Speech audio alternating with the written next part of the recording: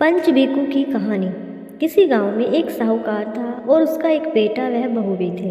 बहू कार्तिक माह में रोज सवेरे उठकर गंगा स्नान के लिए जाती थी। सुबह जल्दी जाते समय वह किसी भी पराये पुरुष का मुंह नहीं देखती थी। एक राजा का बेटा भी सुबह सवेरे गंगा स्नान के लिए जाता था। वह हैरान होता कि मैं इतनी जल्दी उठता हूँ स्नान के लिए, लेकिन कोई है जो मुझसे भी जल्दी उठकर नहा लेता है। कार्तिक माह के 5 दिन बचे थे कि एक दिन साहूकार की बहू तो स्नान करके वापस जा रही थी और उस समय राजा का बेटा स्नान के लिए आ रहा था। आवाज़ सुनकर वह जल्दी जल्दी जाने लगी, लेकिन जल्दबाजी में उसकी माला मोजड़ी छूट गई। राजा के बेटे ने उसकी माला मोजड़ी उठा ली और सोचने लगा कि जिस स्त्री की यह माला मोजड़ी इतनी सुंदर है, वह स्त्री कितनी सुंदर होगी। उसने पूरे गांव में मुनादी करवा दी कि जिसकी तह माला मोजड़ी है वह 5 रात मेरे पास आएगी। साहूकार के बेटे की बहू ने कहलवा दिया कि मैं 5 रात आऊँगी, लेकिन किसी को साग भरने बैठा देना। राजा के बेटे ने एक तोते को पिंजरे में बंद कर गंगा किनारे पेट पर टांग दिया। बहू सुबह के समय आई, पहली पैड़ी पर पैर रखा और बोली, हे कार्तिक के ठाकुर राई दामोदर, 5 पांडु छठे नारायण, भीखम राजा, उस पापी को नींद आ जाए।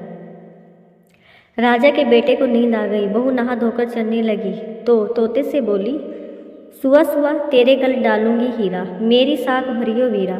सुआ बोला कि कोई वीर भी साख भरता है क्या?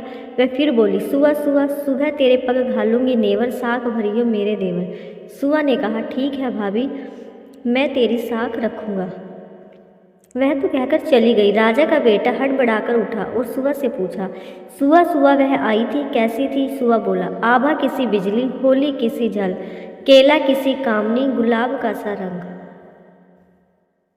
अगले दिन राजा के बेटे ने सोचा कि आज मैं अपनी अंगुली में चीरा लगाऊंगा, इससे मुझे नींद नहीं आएगी। अगले दिन राजकुमार अंगुली चीरकर लेट गया। वह आई और भगवान से उसी तरह प्रार्थना करने लगी और राजकुमार को फिर नींद आ गई। वह स्नान करके फिर से वापस चली गई। सुबह राजकुमार ने तोते से फिर पूछा तो उसने वही सारी बातें दोहरा दी। अब राजकुमार बोला कि मैं आज रात में आंखों में मिर्ची डालकर बैठूंगा। रात में वह मिर्ची डालकर बैठ गया। बहू फिर से आई और प्रार्थना की, जिससे उसे फिर से नींद आ गई।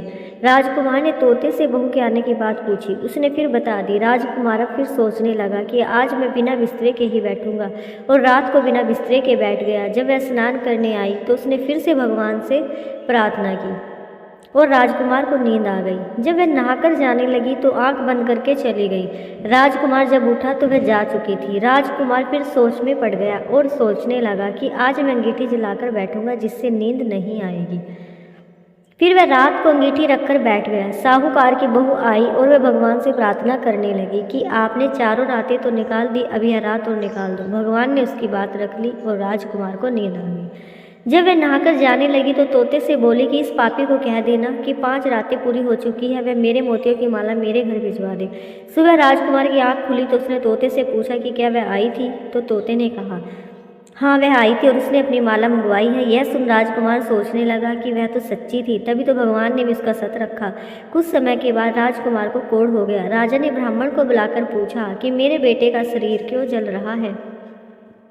ब्राह्मण ने विस्तार से सारी बात राजा को बताई कि इसने क्या किया था। ब्राह्मण ने कहा कि इसने पतिव्रता स्त्री पर बुरी नजर डाली, इसलिए यह इस रोग से पीड़ित हुआ है। राजा ने इसके ठीक होने का उपाय पूछा तो ब्राह्मण ने कहा कि यह उस साहूकार की बहू को धर्म की बहन बनाए और रोज उसके नहाए हुए जल से स्नान करे, तब यह ठीक हो सकता है। राजा साहूकार की बहू की माला लेकर साहूकार के घर गया और बोला कि यह माला आपकी पुत्र वधू की है, इसे ले और आपकी बहू के नहाए हुए जल से मेरे बेटे को नहला दे।